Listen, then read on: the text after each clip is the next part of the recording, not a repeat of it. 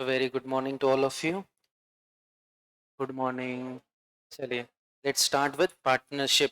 Sir, partnership में हमारे पास वैसे तो 5 टॉपिक होते हैं पार्टनरशिप में। एक होता है डेथ, दूसरा होता है एक होता है बेसिक, फिर admission, retirement, death and dissolution. Dissolution foundation में नहीं है, फाउंडेशन के सिलेबस में पहले आपका बेसिक्स है, फिर एडमिशन है, फिर रिटायरमेंट है और फिर डेथ है। तो पहले फोकस करते हैं बेसिक्स में। तो बेसिक्स में सबसे पहले अगर अपन बात करें तो बेसिक्स में यहाँ पे पार्टनरशिप है, यानी there should be minimum 2 partner रहेंगे और मैक्सिमम कितने रहेंगे? सर, मैक्सिमम 50 पार्टनर रहेंगे। 2 partner as per partnership act 1932 and 50 partner as per companies act 2013। तो सर 2 और 50 पार्टनर मैक्सिमम हो सकते हैं। Partnership can be oral and can be written also. अगर वो रिटन है तो उसे क्या बोला जाता है? पार्टनरशिप डीड बोला जाता है। Okay sir. सर, इसके बाद ये पार्टनरशिप डीड में क्या लिखा होता रहता है? सारे रूल्स एंड रेगुलेशन लिखे हुए रहते हैं कि प्रॉफिट शेयरिंग रेशियो कैसे मिलेगा, इंटरेस्ट मिलेगा कि नहीं मिलेगा, सब कुछ दिया हुआ रहता है। अगर पार्टनरशिप डीड नहीं बनी हुई है तो आप प्रॉफिट कैसे डिवाइड करोगे? इक्वली डिवाइड करोगे। प्रॉफिट शेयरिंग रेशियो कैपिटल के रेशियो में नहीं लोगे। अगर प्रॉफिट शेयरिंग रेशियो क्वेश्चन में नहीं दिया हुआ है, it will always taken as a equally. Sir, उसके बाद क्वेश्चन में ये नहीं बोला है हमें इंटरेस्ट ऑन कैपिटल देना चाहिए, हमें interest on capital, interest on drawing लेना चाहिए, तो आप नहीं लोगे। अगर दिया है तो लोगे, नहीं दिया है तो नहीं लोगे। अब यहाँ पे हमें क्या बनाना पड़ता है? ओनर का अकाउंट बनाना पड़ता है। ओनर का अकाउंट कितने टाइप का रहता है? सर, ओनर के अकाउंट 2 मेथड से बनाए जाते हैं। एक होती है आपकी फिक्स्ड कैपिटल मेथड, एक होती है आपकी fluctuating capital method. In fix capital method आप कितने अकाउंट प्रिपेयर करते हो? 2 अकाउंट प्रिपेयर करते हो। एक आपका रहता है कैपिटल अकाउंट, दूसरा रहता है आपका current account. In capital account आप सिर्फ 2 चीजों को इंपॉर्टेंस देते हो। वो 2 चीज कौन सी होती है? एक होता है additional capital introduce during the year, दूसरा होता है परमानेंट ड्रॉइंग। उसके अलावा पार्टनर के साथ कोई भी ट्रांजैक्शन हो रहा है, सारे के सारे ट्रांजैक्शन किससे डील किए जाते हैं? करंट अकाउंट से। अगर एडिशनल कैपिटल आया है या परमानेंट ड्रॉइंग हुई है तो कैपिटल अकाउंट में जाता है, नहीं तो सारे के सारे ट्रांजैक्शन कहां होते हैं? करंट अकाउंट के थ्रू हो जाते हैं। But in case of fluctuating capital method, यहां आपके पास अकाउंट ही कितने हैं? ए, तो सारे के सारे ट्रांजैक्शन कहां होंगे? सर, सारे के सारे ट्रांजैक्शन कैपिटल अकाउंट के थ्रू हो जाएंगे। यानी अगर इंटरेस्ट देना है, सैलरी देना है, कुछ भी देना है, मेरे पास इकलौता अकाउंट है तो मैं सारे अकाउंट के सारे ट्रांजैक्शन किस में ट्रांसफर कर दूंगा? Capital account. सर, हमें कैसे पता चलेगा हमें करंट अकाउंट बनाना है कि नहीं बनाना है? या तो क्वेश्चन में बोलेगा you are required to prepare a current account also, या वो क्वेश्चन में बोलेगा you are under the method of a fix capital method, तो आपको करंट अकाउंट बनाना है। अगर आपको क्वेश्चन में कहीं करंट अकाउंट दिख गया, या तो लाइबिलिटी साइड या फिर एसेट साइड, तो आपको क्या करना पड़ेगा? करंट अकाउंट के थ्रू डील करना पड़ेगा। और कैपिटल, अगर आप करंट अकाउंट के थ्रू डील कर रहे हो तो कैपिटल अकाउंट में ये 2 ही चीजें आएगी, एडिशनल कैपिटल और परमानेंट ड्रॉइंग। उसके अलावा सारे के सारे ट्रांजैक्शन आप किसके थ्रू रूट करोगे? सर, करंट अकाउंट के थ्रू करेंगे। तो ये हमारे पहले ओनर का अकाउंट जो 2 हिस्सों में डिवाइड हो गया, fluctuating capital, fix capital method and fluctuating capital method. इसके बाद हमें एक चीज और बनानी पड़ती है इन पार्टनरशिप। अगर आप सोल ट्रेडर की बात करो तो सोल ट्रेडर में हम क्या बनाते थे? ट्रेडिंग अकाउंट बनाते थे। और ट्रेडिंग के बाद क्या प्रिपेयर करते थे? पीएनएल अकाउंट बनाते थे। और पीएनएल में जो भी नेट प्रॉफिट, नेट लॉस आता था, किसको ट्रांसफर कर देते थे? बैलेंस शीट लायबिलिटी साइड को ट्रांसफर कर देते। ये कहां होता था? सोल प्रोप्राइटरशिप में होता था। But in case of partnership आप डायरेक्टली बैलेंस शीट प्रिपेयर नहीं कर सकते हो after profit and loss account. यहां पे आपको क्या बनाना पड़ता है? पीएनएल एप्रोप्रिएशन अकाउंट बनाना पड़ता है। सर, ये पीएनएल एप्रोप्रिएशन अकाउंट क्यों क्रिएट किया जाता है? पीएनएल एप्रोप्रिएशन अकाउंट क्रिएट इसलिए किया जाता है ताकि आप प्रॉफिट को किसको डिस्ट्रीब्यूट कर सको? पार्टनर्स को डिस्ट्रीब्यूट कर सको। अगर यहां लॉस आया, पीएनएल अकाउंट में लॉस आया, तो डायरेक्टली लॉस क्या कर देना है? प्रॉफिट शेयरिंग रेशियो में डिस्ट्रीब्यूट कर देना और डायरेक्टली क्या प्रिपेयर कर लेना? बैलेंस शीट प्रिपेयर कर लेना। लेकिन प्रॉफिट आया तो उस प्रॉफिट में से थोड़ा सा आपको क्या देना पड़ेगा? इंटरेस्ट ऑन कैपिटल देना पड़ेगा। थोड़ा सा क्या देना पड़ेगा? सैलरी देना पड़ेगा, थोड़ी सी कमीशन, थोड़ा सा रेमुनरेशन। और उसके बाद अगर कुछ प्रॉफिट बचा तो आप किस रेशो में डिवाइड करोगे? प्रॉफिट शेयरिंग रेशो में। यहां के खर्चे और यहां के खर्चे को क्या बोला जाता है? सर, जो खर्चे पीएनएल में जाते हैं उसे बोला जाता है चार्ज अगेंस्ट प्रॉफिट, जो खर्चे पीएनएल एप्रोप्रिएशन में जाते हैं वो होते हैं appropriation of profit. Sir what is mean by charge against profit and appropriation of profit? Sir charge against profit सीधा बोलता है प्रॉफिट हो कि ना हो ये खर्चा तो आपको बेयर करना पड़ेगा, लेकिन एप्रोप्रिएशन ऑफ प्रॉफिट बोलता है ये खर्चा आप तभी करोगे जब आपके पास क्या है, प्रॉफिट है। तो नॉर्मली ये खर्चे में आते हैं interest on capital, salary to the partner, commission to the partner, और इसके बाद अगर कुछ प्रॉफिट का अमाउंट बचा है तो ये अमाउंट किसको डिस्ट्रीब्यूट किया जाता है, पार्टनर को डिस्ट्रीब्यूट किया जाता है in their profit sharing ratio. Question में दिए तो ठीक है, अगर नहीं दिए तो it will be considered as a equal. तो इसके लिए आपको एक पीएनएल एप्रोप्रिएशन अकाउंट बनाना पड़ता है। ये पीएनएल एप्रोप्रिएशन अकाउंट के क्रेडिट साइड में आप क्या लिखते हो, नेट प्रॉफिट लिखते हो। ये कहां से आया है, पीएनएल अकाउंट के थ्रू आया है। अब इसमें से मैं क्या दे दूंगा, थोड़ा सा आईओसी दे दूंगा, दे दिया। इसमें से क्या दे दूंगा, थोड़ी सी सैलरी दे दूंगा, दे दिया। मेरे को क्वेश्चन में आईओसी का रेट दिया हुआ था और क्वेश्चन में ड्राइंग भी दी हुई है, तो I will also charge interest on drawing. I will also charge interest on drawing? नहीं, जब तक इंटरेस्ट ऑन ड्राइंग का क्वेश्चन में रेट नहीं दिया हुआ है तब तक मैं चार्ज नहीं करूंगा। इंटरेस्ट ऑन कैपिटल का रेट दिया है, I will charge interest on capital, लेकिन इंटरेस्ट ऑन ड्राइंग का रेट नहीं दिया और पार्टनर ने ड्राइंग की है तो मैं इंटरेस्ट ऑन ड्राइंग का रेट चार्ज नहीं करूंगा क्योंकि क्वेश्चन में नहीं दिया हुआ है। आप ऐसा नहीं बोल सकते जो आईओसी का रेट था वही आईओडी का रेट रहेगा। अगर आईओडी का रेट रहता तो क्वेश्चन मेंशन करता था, नहीं किया हुआ है, मैं चार्ज नहीं करूंगा। इसके बाद जो भी प्रॉफिट बचा, यानी आफ्टर डिस्ट्रीब्यूशन ऑफ एप्रोप्रिएशन जो भी प्रॉफिट बचेगा, ये प्रॉफिट किसे डिवाइड किया जाता है, पार्टनर्स को डिवाइड किया जाता है in their profit sharing ratio. फिर इसके बाद अगर आप कैलकुलेट करते हो तो आपके पास कैलकुलेशन के लिए तीन चीजें हैं, एक है आईओसी, एक है आईओडी, एक है IOL. Interest on capital, interest on drawing and interest on loan. Interest on capital is a expense for a business organisation, interest on loan is a expense for a business organization, interest on drawing is not a income for a business organization, it is a reduction in interest on capital. ये आपकी income नहीं है, ये आपके interest on capital को क्या कर देता है, कम कर देता है। जैसे परचेज रिटर्न परचेज को क्या कर देता है, कम कर देता है। सेल रिटर्न सेल को क्या कर देता है, कम कर देता है। वैसे आईओडी आईओसी को क्या कर देता है, कम कर देता है। वैसे तो हमें इसे नेट दिखाना चाहिए, बट फॉर बेटर डिस्क्लोजर हम क्या करते हैं, आईओसी को अलग शो करते हैं, आईओडी को अलग शो करते हैं। आईओसी आईओडी दोनों अलग अलग शो किया जाएगा। आपने 12th में पढ़ा था कि दोनों को साथ में करते हैं, नहीं करते, दोनों को अलग अलग करते हैं। नेक्स्ट सर, इसके बाद हमें क्या करना पड़ेगा, अगर आप आईओसी निकाल रहे हो तो आप प्रॉपर्ली क्या करोगे, टाइमलाइन बनाओगे। जैसे आप डेप्रीशिएशन चार्ज करते थे वैसे ही आप क्या चार्ज करोगे, इंटरेस्ट ऑन कैपिटल। यहाँ पे बैलेंस था, यहाँ से ईयर एंड, फिर यहाँ पे आया, यहाँ से ईयर एंड, फिर यहाँ पे आया, यहाँ से ईयर एंड, और इन सब का टोटल क्या हो जाएगा, आईओसी हो जाएगा। लेकिन अगर मैं इंटरेस्ट ऑन ड्राइंग की बात करूं तो if the date of drawing is not given in the question it will be charge for 6 month. मैं कितने महीने के लिए चार्ज करूंगा, 6 महीने के लिए चार्ज करूंगा। यानी क्वेश्चन में दिया a withdraw ₹50,000 during the year, the date of drawing is not given in the question, I have to charge 6/12 multiply by जो भी रेट ऑफ ड्राइंग का रहेगा। फिर उसके बाद अगर आईओडी बोला है लेकिन उसने मंथ वाइज बोला है, मैं मंथ के पहले दिन पे निकाल रहा हूं, मैं मंथ के मिडल पे निकाल रहा हूं, मैं मंथ के एंड पे निकाल रहा हूं। अगर first day of every month है तो कितना आ जाएगा 6.5, मिडल ऑफ एवरी मंथ है तो 6 और एंड है तो every month 5.5। What is the formula, monthly drawing और total drawing, it will be monthly drawing multiply by rate multiply by, अगर बिगनिंग है तो 6.5, मिडल है तो 6, एंड है तो 5.5। सर मिडल बिगनिंग और एंड के लिए ये सब चार्ज किया जाएगा। फिर उसके बाद क्या था, नहीं नहीं ऐसा होता है, अपने को बाकी नहीं समझता है, मैथ्स का दिमाग नहीं लगाते अपन। फिर उसके बाद अगर उसने क्वार्टरली बोला है तो quarterly drawing multiply by rate multiply by 2.5 to 1.5।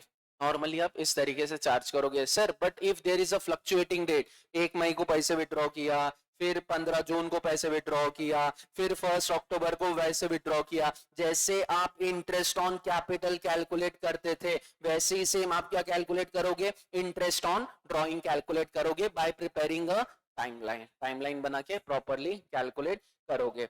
अब सर पार्टनरशिप डीड में इंटरेस्ट ऑन कैपिटल और इंटरेस्ट ऑन ड्राइंग के बारे में कुछ नहीं दिया है, कितना चार्ज करूंगा? कुछ भी चार्ज नहीं करूंगा सर। पार्टनरशिप डीड में हमें बोला है कि हमें इंटरेस्ट ऑन कैपिटल देना चाहिए, हमें इंटरेस्ट ऑन ड्राइंग मिलना चाहिए, but the rate is not mention in the question. तो पार्टनरशिप एक्ट बोलता है आप कितना चार्ज कर सकते हो? Maximum 6% per annum. लेकिन ये लिखा हुआ होना चाहिए पार्टनरशिप डीड में कि आपको आईओसी देना है और आपको आईओडी लेना है, बट रेट नहीं दी हुए तो 6% पर एनम। लेकिन अगर पार्टनरशिप डीड में लिखा है कि आपको देना और लेना है और रेट भी दिया तो जितना दिया हुआ है उतना। अब बात करते हैं इंटरेस्ट ऑन लोन की।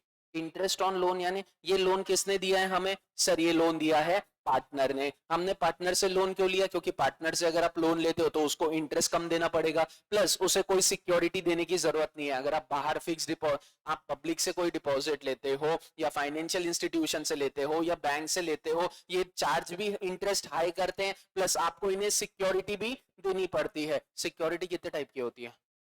अरे 2 टाइप की होती है। यहाँ सिक्योरिटी कितने टाइप की होती है? 2 टाइप की। कौन कौन सी? प्राइमरी और सेकेंडरी। सेकेंडरी सिक्योरिटी को क्या बोला जाता है? Collateral security. थोड़ा सा लिंक करो सर। सर सेकेंडरी सिक्योरिटी को कोलैटरल सिक्योरिटी बोला जाता है, जो कि अपने डिबेंचर में पढ़ा था। सर आईओएल पार्टनरशिप डीड में कुछ दिया ही नहीं है इसके बारे में। तो सर पार्टनरशिप एक्ट 1932 बोलता है इंटरेस्ट ऑन लोन आप पार्टनर को मैक्सिमम कितना दे सकते हो? 6% पर एनम। लेकिन सर वो डिमांड 18% कर रहा है। वो 50% क्यों ना डिमांड करे? अगर पार्टनरशिप डीड में कुछ नहीं लिखा है तो मैक्सिमम कितना दे सकते हैं? 6% per annum. But IOL is a charge against profit. Profit हो कि ना हो देखो ये बेयर करना ही पड़ेगा। IOD and IOC it is not a charge against profit, it is appropriation of profit. Profit है तो करना पड़ेगा। फिर इसके बाद आता है पास्ट एडजस्टमेंट। तो what is one past adjustment? आपको यह क्या करना है? रेक्टिफिकेशन एंट्री पास करनी है। सर रेक्टिफिकेशन एंट्री काय को? सर ये 1 लाख रुपए थे, ये 1 लाख में से पहले मेरे को क्या देना था? इंटरेस्ट ऑन कैपिटल देना था, फिर मेरे को क्या देना था? सैलरी देना था, फिर उसके बाद अगर कुछ पैसा बचा तो प्रॉफिट शेयरिंग रेशो में डिस्ट्रीब्यूट करना था। मैंने मचा के क्या किया? ये पूरा का पूरा 1 लाख किस रेशो में डिवाइड कर दिया? प्रॉफिट शेयरिंग रेशो में डिवाइड कर दिया। तो 3 पार्टनर थे, 2 को ज्यादा मिला, 1 पार्टनर को कम मिला, तो मेरे को उसकी क्या पास करनी पड़ेगी? एक एडजस्टमेंट एंट्री पास करनी पड़ेगी। सर कैसे होती है? ध्यान दो। पहले कौन सा लिखोगे? जो सही है कि जो गलत है? पहले कौन सा लिखोगे? जो सही है कि जो गलत है? सर पहले लिखा जाता है रॉन्ग इफेक्ट, फिर लिखा जाता है करेक्ट इफेक्ट, फिर डिफरेंस करके निकालते हैं रेक्टिफिकेशन एंट्री। अगर आप इसे टेबल में करोगे तो अगर आप इसे सीधा करो wrong correct rectification entry, rectification वाला है। पहले आप क्या लिखते हो? रॉन्ग इफेक्ट, यानी मैंने 1 लाख 3 पार्टनर को डिवाइड कर दिए। ए को दे दिया 50,000, बी को दे दिया 30,000 और सी को दे दिया 20,000। जबकि पहले को क्या मिलना चाहिए था? सर पहले तीनों को सैलरी मिलनी चाहिए थी। कितने रुपए? 10,000 रुपए। तो दे दो सैलरी। कितने रुपए? 10,000 रुपए, 10,000 रुपए और 10,000 रुपए। सर फिर उसके बाद सी ने हमारे लिए बहुत अच्छा काम किया था, तो हम सी को क्या दे रहे हैं? कमीशन दे रहे हैं। कितने रुपए की कमीशन दे रहे हैं? 20,000 की कमीशन दे रहे हैं, तो सी को कमीशन भी दे दो 20,000।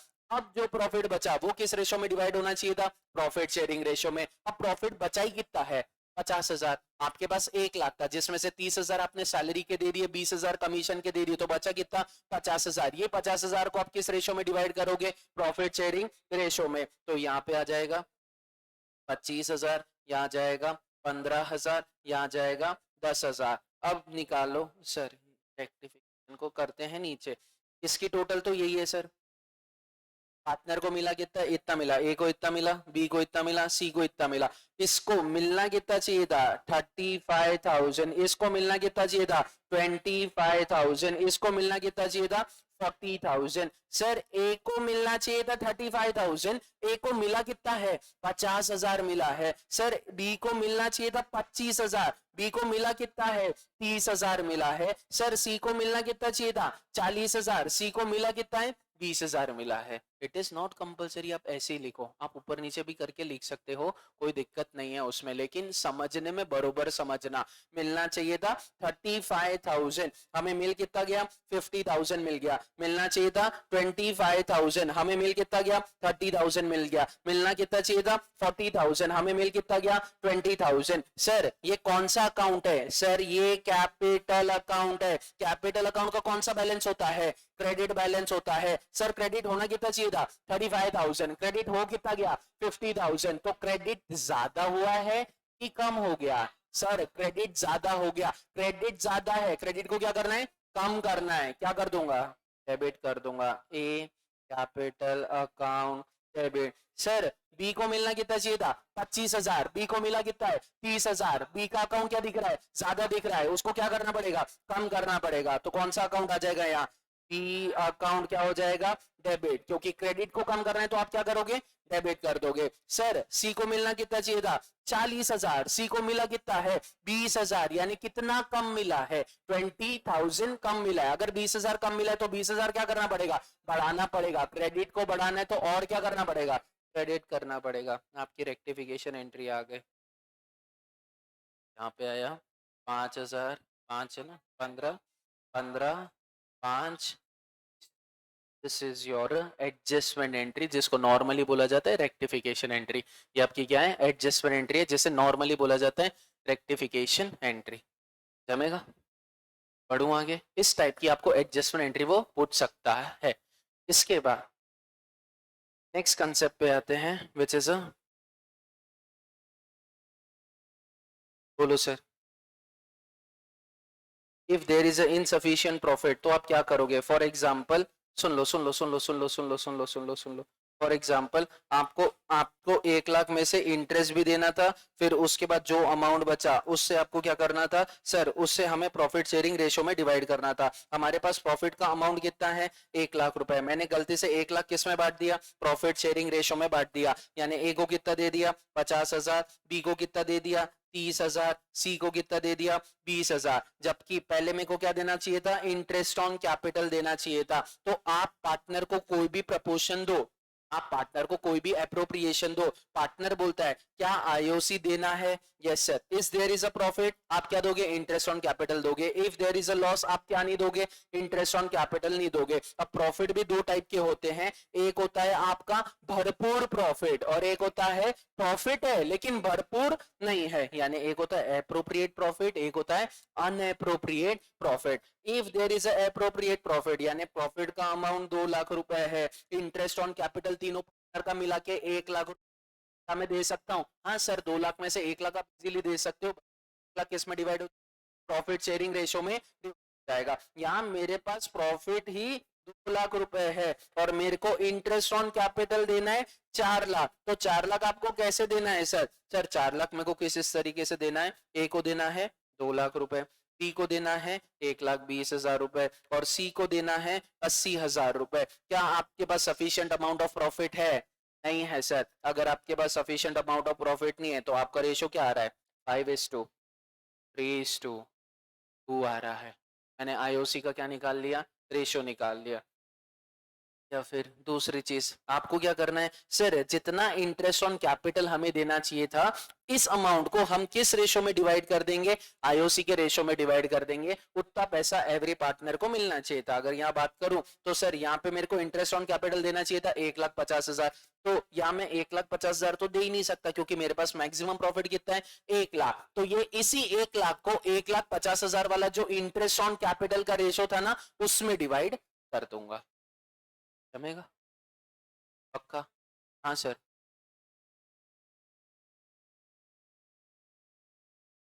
नहीं वो रेशो नहीं किया था, ए को इंटरेस्ट ऑन कैपिटल देना चाहिए था 2 लाख रुपए, बी को इंटरेस्ट ऑन कैपिटल देना चाहिए था 1,20,000। ये मैंने मन से निकाला है सर, ये सारे क्वेश्चन मन से चल रहे हैं। आपको जो फिगर आएंगे ये कोई क्वेश्चन से रिलेटेड नहीं है, ये निकाल रहा हूं मैं और आपको एक्सप्लेन कर रहा हूँ। हाँ, सैलरी वैलरी आप सारे अप्रोप्रिएशन को ऐड कर लो। If there is insufficient profit, profit का अमाउंट सफिशिएंट नहीं है, सारे अप्रोप्रिएशन को ऐड कर लो। ए को कितना मिलना चाहिए, बी को कितना मिलना चाहिए, सी को कितना मिलना चाहिए, फिर उनका रेशो निकाल लो। उस रेशो को जितना प्रॉफिट आपके पास बचा हुआ उसमें डिवाइड कर दो। हाँ, सारा ही करना पड़ेगा ना, बचा है ही नहीं कुछ। Next, what is goodwill? Come on. Goodwill यानी आपकी इज्जत। आप अपनी इज्जत को कैलकुलेट कर सकते हो क्या? हाँ सर। हाँ, मैं मेरी इज्जत को कैलकुलेट कर सकता हूँ। बुक्स ऑफ अकाउंट्स में रिकॉर्ड नहीं कर सकते हो, आप कैलकुलेट तो कर सकते हो। There is a big difference to record in the books of accounts and there is a big difference for the calculation. Accounting standard 26 says that कि वैल्यूएशन ऑफ गुडविल, जो कि कौन सी गुडविल? Self generated goodwill. तू तेरी खुद की इज्जत तू तेरे खुद के बैलेंस शीट में नहीं लिख सकता। तूने किसी की इज्जत को खरीदा है तो तू बैलेंस शीट में लिख सकता है, लेकिन खुद की सेल्फ जनरेटेड गुडविल अब बुक्स ऑफ अकाउंट्स में शो नहीं कर सकते हो। इसके बाद गुडविल निकालने के लिए कितने तरीके हैं? 3 तरीके हैं। एक एवरेज, दूसरा है सुपर, तीसरा है capitalisation. In case of average profit method आपको सबसे पहले क्या निकालना पड़ेगा? सर, एवरेज प्रॉफिट मेथड में हमें सबसे पहले रेक्टिफाइड प्रॉफिट निकालना पड़ेगा। What is mean bye rectified profit? कभी कभी प्रॉफिट के बाजू में दिया हुआ रहता है, हमने इंश्योरेंस का अमाउंट नहीं लिया। कभी कभी प्रॉफिट के बाजू में लिया हुआ रहता है, हमने ये अमाउंट ज्यादा ले लिया। तो सबसे पहले आप क्या निकालो? रेक्टिफाइड प्रॉफिट निकालो। जैसे ही आपका रेक्टिफाइड प्रॉफिट आ गया, फिर आपको क्या निकालना है? एवरेज निकालना है। एवरेज निकलते हैं 2 तरीके से, या तो आप किससे निकालोगे? सिंपल से निकालोगे, या आप किससे निकालोगे? वेटेड से निकालोगे। अगर आपको सिंपल से निकालना है तो जितने साल के प्रॉफिट दिए हुए, प्रॉफिट को करो ऐड, लॉस को करो माइनस, डिवाइडेड बाय आपने ऊपर कितने साल का प्रॉफिट एंड लॉस लिया। 4 साल का प्रॉफिट एंड लॉस लिया, 4 साल से डिवाइड कर दो। 5 साल का प्रॉफिट एंड लॉस लिया, 5 साल से डिवाइड कर दो। ये किस में निकल जाएगा? सिंपल में। जैसे आप नॉर्मल कोई चीज का एवरेज निकालते थे, वैसे आपको यहाँ पे एवरेज निकालना है। अगर वेटेड बोला है तो वेटेड में आपको बनानी पड़ती है टेबल। पहले आता है ईयर, फिर आता है प्रॉफिट और लॉस, फिर आता है वेट। अगर क्वेश्चन में वेट दिया है तो वेल एंड गुड, क्वेश्चन में वेट नहीं दिया है तो आपको लगाना पड़ेगा। कैसे लगाते हैं बताता हूं। और फिर आपको निकालना है प्रोडक्ट। सर प्रोडक्ट कैसे आएगा? सर प्रोडक्ट आएगा ए और b, c equals to a multiply by b. A और b, c equals to a multiply by b. अब यहाँ पे ईयर दिया 2001, 1994, 2005, 2009, ये ऐसे दिया हुआ है। और यहाँ मेरे को प्रॉफिट का अमाउंट दिया हुआ है, एक्सेस अमाउंट मान के चलते हैं। मैं वेट किसके बेसिस में दूंगा? हमेशा याद रखना, आप प्रॉफिट और लॉस को एनालाइज करके वेट नहीं दोगे। आप जब भी वेट दोगे, आप किसको दिमाग में रखोगे? ईयर को दिमाग में रखोगे। जो जितना पुराना साल है उसको उतना कम वेट दूंगा, जो जितना नया साल है उसको उतना ज्यादा वेट दूंगा, एज पर द इंफॉर्मेशन। पुराना कौन सा है? 94, 1, उसके बाद 1, उसके बाद 5, उसके बाद 9। तो जो जितना नया साल है उसको उतना ज्यादा वेट मिला, जो जितना पुराना साल है उसको उतना कम वेट मिला। ये वाले प्रॉफिट को किससे मल्टीप्लाई करो? वेट से मल्टीप्लाई करो, तो आपका क्या आ जाएगा? प्रोडक्ट आ जाएगा। प्रोडक्ट की क्या निकालो? प्रोडक्ट की टोटल निकालो। तो वेटेड एवरेज प्रॉफिट का फॉर्मूला है sum of product, sum of product divided by sum of weight, sum of product divided by sum of weight. ये वेट का टोटल और ये प्रोडक्ट का टोटल, प्रोडक्ट का टोटल डिवाइडेड बाय वेट का total equals to amount of weighted average profit. ये weighted average profit निकल गया। और सिंपल से आपने ऐसे निकाला था, जितने साल के प्रॉफिट एंड लॉस दिए उसे प्लस माइनस कर लीजिए, डिवाइडेड बाय जितने साल की आपकी इंफॉर्मेशन ली है उससे डिवाइड कर दीजिए। तो सिंपल से भी आ गया, वेटेड से भी आ गया। सर पहले एवरेज प्रॉफिट निकाला, एवरेज प्रॉफिट निकालने के बाद क्या निकालूंगा? गुडविल निकालूंगा। गुडविल का फॉर्मूला क्या है? Average profit multiply by number of years of purchase, number of years of profit and loss मत ले लेना. There is a big difference between number of years of profit and loss and number of years of purchase. आप normally हर एक साल इतना profit कमाते थे, आपने अगर आज से खराब क्वालिटी देना भी चालू किया तो कब तक आप ये इतना अमाउंट ऑफ प्रॉफिट कमाते रहोगे. फ्यूचर मेंटेनेबल प्रॉफिट रहा तो आप यहाँ पे प्लस माइनस कर देना. भैया ने बात छेड़ी है तो बता ही देते हैं. सर जो आपका एवरेज प्रॉफिट आएगा उसके बाद चेक करो क्या ड्यूरिंग द ईयर कोई एबनॉर्मल और नॉर्मल हरकतें हुई है. क्या नॉर्मल है तो कोई दिक्कत नहीं है, एबनॉर्मल है तो दिक्कत है. एबनॉर्मल गेन हुआ तो क्या करूंगा, माइनस करूंगा. एबनॉर्मल लॉस हुआ तो क्या कर दूंगा, ऐड कर दूंगा. और मेरे को ये बिजनेस ऑर्गेनाइजेशन चालू करने के लिए कोई एडिशनल खर्चा लग रहा है तो खर्चा क्या कर दूंगा, माइनस कर दूंगा. कोई एडिशनल इनकम होगी तो इनकम को क्या कर लूंगा, ऐड कर लूंगा. फॉर एग्जाम्पल मान के चलो मैंने कोई टीचिंग ऑर्गेनाइजेशन को परचेस किया, वो लोग साइंस पढ़ाते थे. अब मैं अगर वहां जाऊंगा तो मेरे को कॉमर्स पढ़ाना पड़ेगा. अगर मैं कॉमर्स पढ़ाऊंगा और मैं वहां का पार्टनर हूं तो मेरे को अकाउंट्स पढ़ाने के लिए जो फैकल्टी को पैसे देने पड़ते थे वो देने की जरूरत है क्या, नहीं. यानी ये मेरा फ्यूचर में खर्चा हो सकता था लेकिन नहीं हो रहा है क्योंकि अकाउंट्स में खुद ही पढ़ा लूंगा तो ये मेरे लिए क्या हो गई, इनकम हो गई, तो ऐड कर दूंगा. ये नॉर्मली नहीं पूछा जाता है लेकिन फिर भी भैया ने बोला तो मैंने बता दिया. सर फिर इसके बाद क्या आएगा, goodwill. Average multiply by number of years of purchase. Average profit से आपने क्या निकाल ली, गुडविल निकाल ली. आते हैं सुपर प्रॉफिट पे. सुपर प्रॉफिट क्या बोलता है सर, सुपर प्रॉफिट बोलता है पहले मैं खुद को कैलकुलेट करूंगा. Super profit equals to average profit minus normal profit. Sir what is mean by average profit, जो अभी आपने पीछे देखा या तो वो सिंपल से निकलेगा या वो वेटेड से निकलेगा. What is mean by normal profit, normal profit is also known as in economics, it is also known as, it is also known as opportunity cost. Sir what is meant by opportunity cost, आपने ये business organisation में 1 लाख रुपए invest कर दिए. अगर ये 1 लाख आप अगर फिक्स डिपॉजिट में डालते तो घर बैठे आप कितने रुपए रेट ऑफ रिटर्न कमा लेते थे. मान के चलो मेरा किसका बिजनेस है, एक्टिवा का बिजनेस है. मेरी एक्टिवा, मेरा किसका बिजनेस है, एक्टिवा का बिजनेस है. नॉर्मली मार्केट में एक्टिवा 70,000 में बिकती है लेकिन मैं मार्केट से कितने में ज्यादा में बेचता हूं, मैं 90,000 में बेचता हूं. मैंने एक्टिवा 90,000 में बेची. यानी जो बंदा 70,000 इन्वेस्ट करके, मान के चलते हैं एक्टिवा हमें आती कितने में है, एक्टिवा हमें आती है 65,000 में.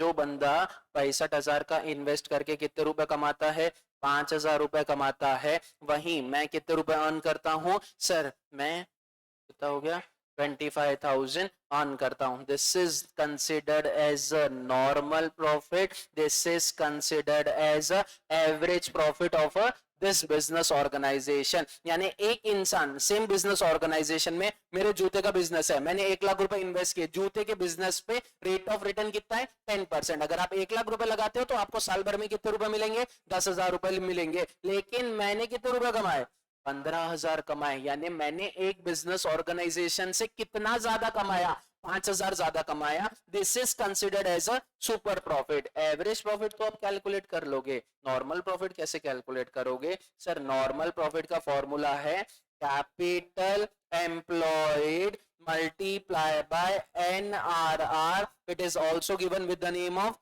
MRR, market rate of return.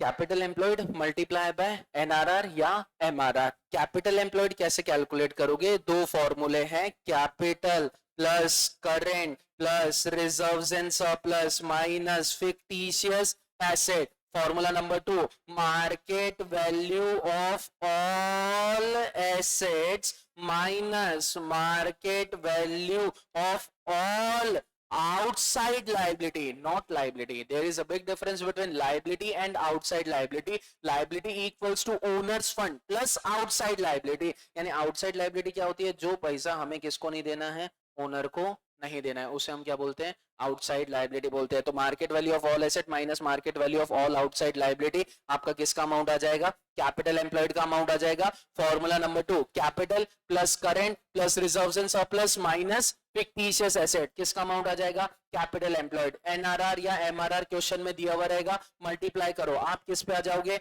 आप आ जाओगे नॉर्मल प्रॉफिट पे। एवरेज प्रॉफिट आपने कैलकुलेट कर लिया, नॉर्मल प्रॉफिट आपने कैलकुलेट कर लिया, अगर फिगर पॉजिटिव आया तो आप गुडविल कैलकुलेशन करोगे, अगर फिगर नेगेटिव आ गया यानी आपका नॉर्मल प्रॉफिट ज्यादा है as compare to your average profit, तो गुडविल कैलकुलेशन नहीं होगा, यानी आपकी गुडविल नहीं है। तो भैया अगर आपने कुछ ज्यादा कमाया है तो सुपर प्रॉफिट, और ये सुपर प्रॉफिट को मैं किससे मल्टीप्लाई कर दूंगा, goodwill equals to super profit multiply by number of years of purchase. Number of years of purchase से आप क्या कर दोगे, मल्टीप्लाई कर दोगे, तो आपका आंसर आ जाएगा किसका, गुडविल का। जमेगा। नेक्स्ट इसके बाद क्या था, कैपिटलाइजेशन। कैपिटलाइजेशन बोलता है मेरे को दो चीजों की हेल्प लगती है।